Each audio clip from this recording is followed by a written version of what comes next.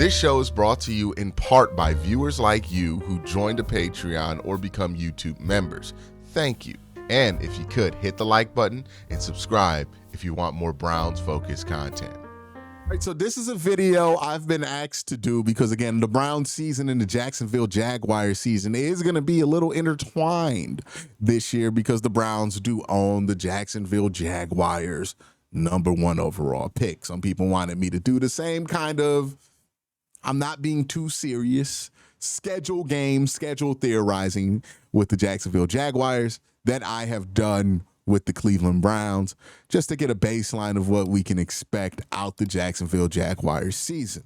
So we're going to do that in this video. But before we get into the schedule of Jacksonville, we got to have some base conversations about Jacksonville. And I think a lot of how you feel about the Jacksonville Jaguars is going to be reliant on if you are a Trevor Lawrence guy or if you are not a Trevor Lawrence guy. I have always been a Trevor Lawrence skeptic. I thought he was good coming out of Clemson. I didn't think he was as good as people made him out to be. And I think he hasn't been asked to play the kind of way that you would expect Trevor Lawrence to be able to play to be successful in the NFL. Basically, I thought Trevor Lawrence was a Cam Newton clone coming out of Clemson. And nobody has ever committed to using this dude like Cam Newton. I wonder if the time is even there with the amount of injuries that he's had throughout his career that he could still provide that Cam Newton level of play. Because if you remember Cam Newton's career, it was over fast for Cam, right? Like the peak happened and then it was over quick for Cam, right? So it's not really when I think that is your best style of play, it's going to be tough to have longevity there. Now, another thing with Trevor Lawrence is like, hey, is he inconsistent or is everything around him inconsistent? I tend to think this. We give Trevor Lawrence more excuses than any other quarterback prospect I have ever seen, right? People talk about Caleb Williams getting excuses. People are on his ass after year one, and his numbers were pretty decent in year one, right? And he's like 21, 22 years old. Trevor Lawrence is in his second contract and people are still like, nah, it's going to happen, man. Just wait till he gets the right coach. He's going to blow up. I don't think Trevor Lawrence is ever going to be in the Joe Burrow conversation, in the Josh Allen conversation, in the elite quarterback conversation.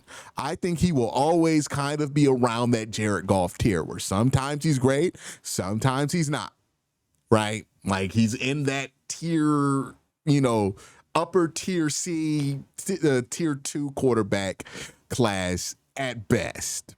So I'm not the biggest believer in Trevor. I don't think just because they got some wide receivers and an offensive coordinator that was successful last year, which I think we're not as critical about because people are excited about how Jacksonville got him. But, not a lot of experience from Liam Cohen coming into this season, right? I think he spent 1 year as the offensive coordinator for Tampa Bay, and then what was he an offensive coordinator anywhere else? Yeah, he was an offensive coordinator in 2024 with Tampa Bay, and then before that, he was an offensive coordinator for the University of Kentucky. He was offensive coordinator for the Rams for 1 season, and then went back to Kentucky. That's his experience, right? Not a ton of experience there, and it's not like he set the world on fire. The 1 year he was the offensive coordinator for the Rams. And even if he did set the world on fire when he was offensive coordinator for the Rams, Sean McVay is a huge part of that. So Liam Cohen, 1 year of experience, new head coach. You're really betting a lot on this. Brian Thomas Jr. was really good last year. And I expect Travis Hunter to be very productive for the Jacksonville Jaguars. Question mark with how good Trevor Lawrence is going to be. Question mark with how much that offense is going to be able to hold up. The defense is pretty solid, pretty talented.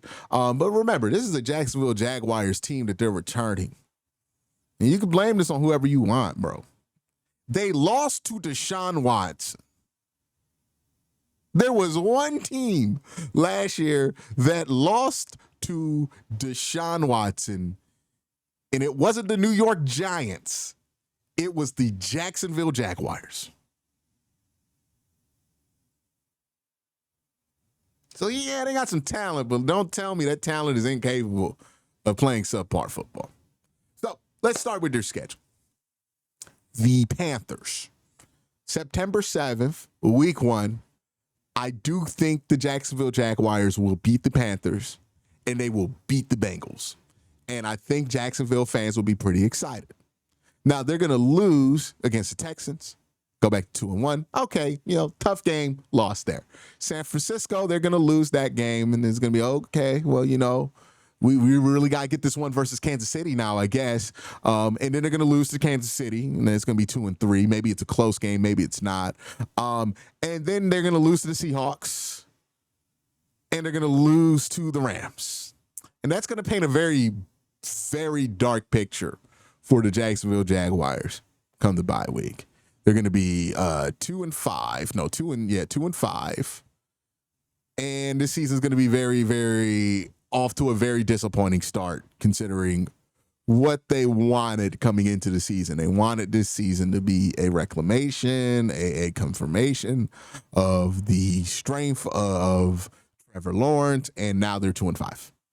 They come off the bye week, they play the Raiders, and they lose again, 2-6. Then they play the Texans. They lose again, 2-7. Then they play the Chargers. They lose to the Chargers, 2-8. They beat the Cardinals, and I think they beat the Titans, so they get 4 wins there. They probably lose to the Colts. They'll beat either one of the Jets or the Broncos. So let's say they beat the Jets. And then they win one of the games with the Colts, and they beat. Let's say they lose one of those games to the Titans. They're going to split with the Titans, right? So if we go through that is a 2-5 start. They beat the Bengals and the Panthers to start the year, and then they beat the Cardinals. So that's 3 wins. Then they beat the Titans. That's 4 wins. The Jets is 5 wins. And that's where they sit. I think they'll be 5-win team. Now, where would 5 wins get you in the NFL draft? Well, let's look at last year's draft order, or the last couple of years' draft order. So let's go NFL draft. Last year, 5 wins would have probably gotten you the 10th pick in the draft. Usually 5 wins is good for about a top 10 pick, right? Not in the top 5, not in the top 10. So a 5-win season would be good enough to get the Browns likely a top 10 pick. It could be anywhere higher than that. I don't know what the highest a 5-win season has ever scored, but it likely won't get you number 1 overall. I don't think the expectation here should be that Jacksonville gets you the number 1 overall.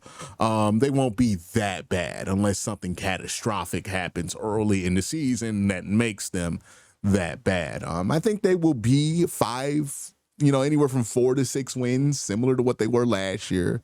Probably improving from last year. So going from 4 wins to maybe 5 or 6, maybe even 7. But I think the hope is that Jacksonville Jaguars pick at worst nets you the 15th pick in the draft. At best, it gets you, somewhere close to where you selected this year, which is like 5, 6, 7th, right? So I think that's where you can expect it. If you have a selection there paired with your selection, and we don't know what the Browns' record's going to be, but let's say the Browns are in that top 5 conversation again, then obviously it's going to give you a lot of flexibility to move up. Granted, that's depending on there being teams that can say no to a quarterback that might be there if the Browns plan to make that move ultimately for a quarterback. So a lot of interesting ways that this can shake out. But that's the Jacksonville Jaguars schedule game. I think they'll probably be anywhere from 5 to 7 wins this year. You let me know what you think in the comment section down below. Have a great day. Have an even better night. Peace.